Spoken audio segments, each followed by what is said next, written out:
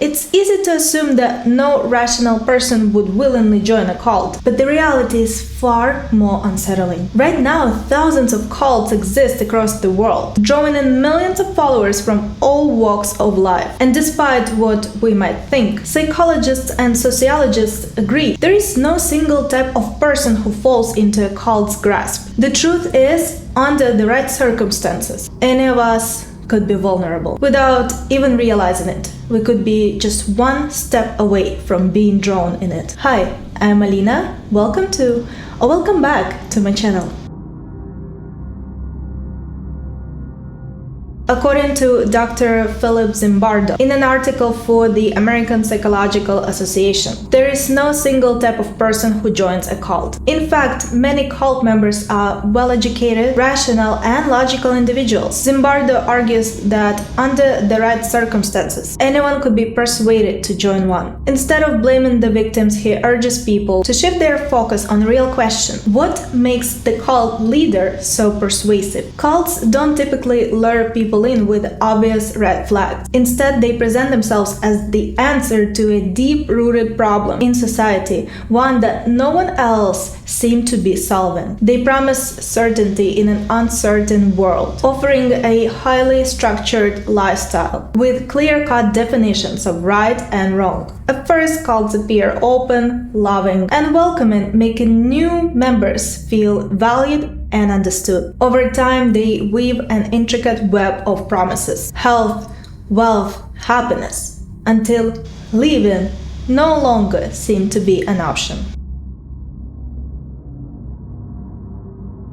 Almost everyone who has been through a breakup knows the roller coaster of emotions that come with starting a new chapter in life. Some dive headfirst into a new relationship, while others embrace their newfound independence. And then there are those who, perhaps unexpectedly, find themselves joining a cult. Dr. Alexandra Stein, an expert on cults, explains that people in major life transitions are particularly vulnerable to such groups, and she knows this firsthand. Growing up in South Africa, she protested alongside her parents in the anti-apartheid movement. Years later, after ending a relationship, she set out to find a partner who shared her passion for social justice. In her 20s, she sought out political organizations that claimed to advocate for healthcare and other social issues. But what seemed like a path toward activism quickly turned into something far more controlling. The group's leaders orchestrated a relationship between her and another man within the organization, binding her even closer to their case. Soon, her entire life revolved around that group. She worked a full-time job during the day, but every spare moment was dedicated to the organization and its leader. What she didn't realize at the time was that she was being carefully manipulated. The group slowly isolated her from her family in South Africa, cutting her off from outside support. Before she knew it, she was trapped in a political cult for years without fully understanding how it happened. According to Dr. Stanley Kapp of Tufts University School of Medicine, many people who end up joining cults come from families that try to instill traditional religious values, whether Christianity, Judaism, or another faith. Yet, instead of embracing these beliefs, they rejected them. Not necessarily because they became atheists, but because they felt something better must be out there. This search for something more often leads them down a different path, one that promises purpose, belonging, and, most importantly, perfection. Perfectionism plays a powerful role in many cults. Most of these groups instill in their members a sense of superiority over outsiders, fostering an us versus them mentality. This way of thinking doesn't just boost their self-image, it isolates them from the outside world. Over time, the social divide grows, making it even harder for members to break free. In her work with ex-cult members, Dr. Kath observed a recurring pattern. Many had a long history of blaming others for their problems. Instead of taking responsibility for their own faults, they sought a belief system that validated their frustrations and reinforced the idea that they were on a higher path. This relentless pursuit of perfection often locked them into the cult ideology. At some point in life, almost everyone faces an existential crisis, questioning their identity, their purpose, or where they truly belong. It can be a daunting struggle, and for some, a cult provides the answer they've been searching for. Whether it's the promise of eternal life in a spiritual paradise or the relentless pursuit of a political cause, cults give people a mission, a reason to wake up every day and fight for something bigger than themselves. Dr. Adrian Fernham, writing for Psychology Today, explores why so many are drawn to cults. He explains that as the world grows increasingly complex, uncertainty and confusion leave people feeling lost. In these moments of vulnerability, extreme groups step in, offering what seems like absolute truth, clear-cut answers to life's biggest questions. Many find solace in seeing the world in black and white, good versus evil, right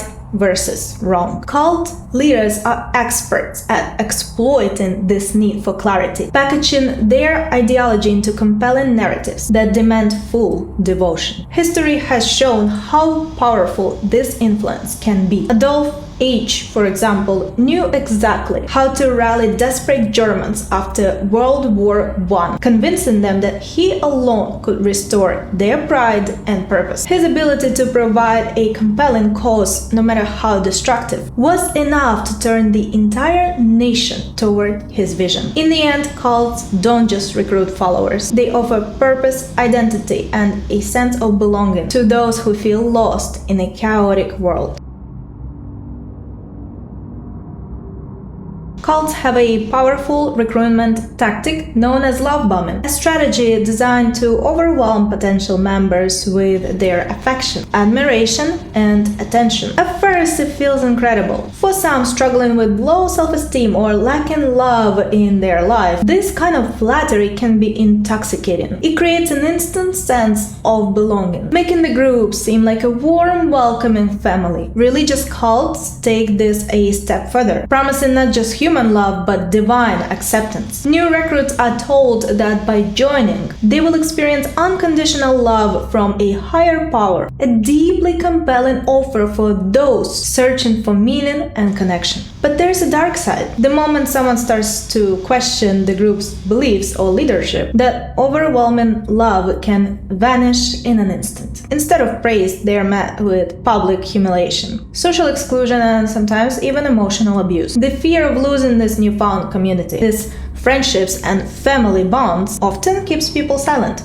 trapped in a cycle of obedience. This tactic is especially effective on individuals from broken homes or abusive backgrounds, as they are more likely to crave the acceptance and validation the cult appears to offer. By the time they realize the truth, breaking free becomes far more difficult than they ever imagined.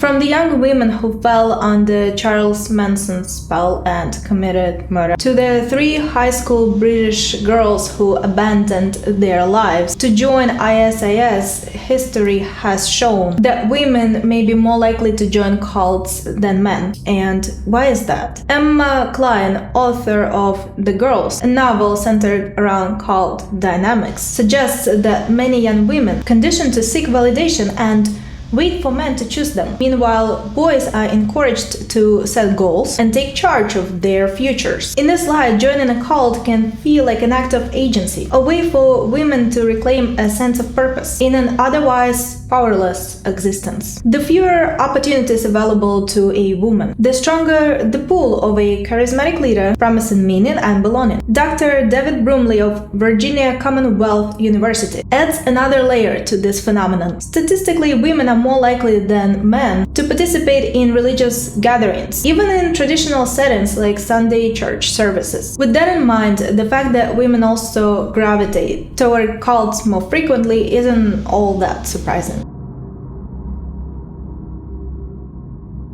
Many cults establish communes, offering members free room and board in exchange for loyalty, prayer, and community service. For those seeking a utopian escape or struggling financially, this can seem like an ideal solution. According to Professor Arthur Dickman of the University of California, San Francisco, many people are drawn to cults because they crave security, especially if they lacked love and support from their parents. In a cult, the leader takes on the role of a protective parental figure, shielding followers from the outside world. Instead of managing their own finances, housing, healthcare, and personal safety, members are promised that all their needs will be met, so long as they remain obedient. For those with children, the stakes are even higher. Entire families become reliant on a cult leader, making it even harder to leave. Over time, this dependence becomes a trap. What starts as a promise of care and protection turns into a situation where members feel they cannot survive without the leader's guidance.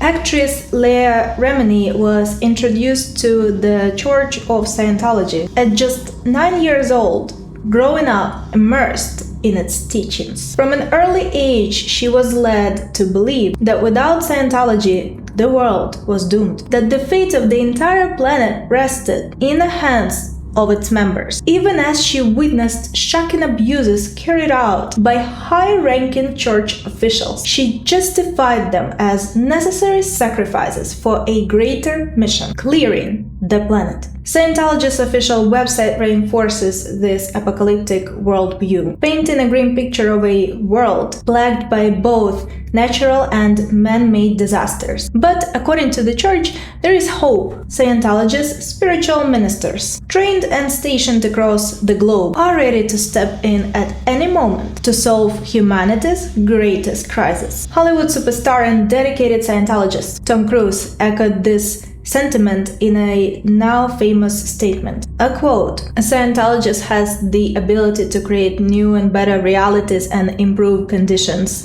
Being a Scientologist, you look at someone and you know absolutely that you can help them. When you drive past an accident, it's not like anyone else. As you drive past, you know you have to do something about it because you know you're the only one that can really help." It's true that Scientologists have provided critical disaster relief over the years. However, the church presents itself as if it alone holds the key to saving humanity, as if no other group or individual cares as deeply. For young, idealistic people eager to make a difference in the world, this message can be incredibly compelling. With the best intentions in mind, it's easy to see how someone could be drawn into the organization, believing they found their life's purpose. Christina Jones, a woman born into the controversial cult known as the Children of God, originally called Teens of Christ, shared a powerful account with the BBC about why some people are drawn to such groups in the first place. Her story traces back to her father, who, deeply scared by the horrors he witnessed during the Vietnam War, grew disillusioned with society and longed for a way out. Her mother, a devout Christian, was captivated by the cult's fervent worship and the infectious joy its members found in praising Jesus Christ. At just 16 years old, Christina left her family behind, enticed by the excitement and allure of this radical new way of life, which seemed far more promising than the dull routines of the outside world. Her parents too saw the Children of God as a rare movement that was genuinely making an impact, believing they were part of something revolutionary. This search for belonging and purpose is a thread that runs through many who are drawn to such groups. Interestingly, the actor Joaquin Phoenix and his siblings also have ties to the same cult. In a candid review with Playboy magazine, Phoenix revealed that their family fled the Children of God in 1977. It was during this time of escape that his parents made a bold move, changing their last name to Phoenix, symbolizing their rebirth and their rising from the ashes of the life they had once known. This name change was not just a fresh start. It was a powerful act of reclaiming their identity and their freedom from the oppressive world of the cult.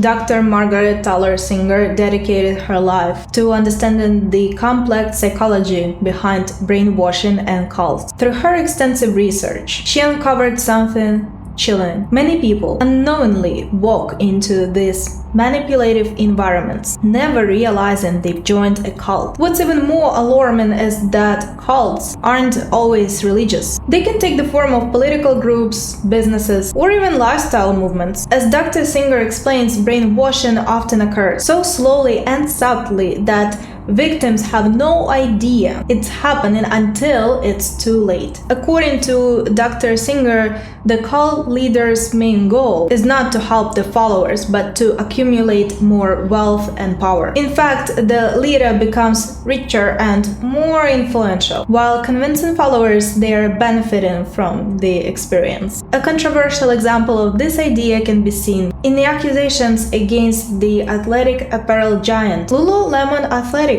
which some critics claim operates like a cult. The company's founder, Chip Wilson, was inspired by the philosophy of Atlas Shrugged, which promotes self-interest as the highest virtue in society. Under Wilson's vision, Lululemon employees are taught they are superior to others, fostering an elitist mindset. The company even pushed workers to use their low retail wages to fund expensive self-help seminars like the Landmark Forum, classes that can cost anywhere from hundreds to thousands of dollars. To make matters worse, Lululemon enforced a dress code that required employees to purchase their own brand of pricey clothing to wear at work, reinforcing the company's culture of exclusivity. In 2011, one employee, Brittany Norwood, faced a dilemma.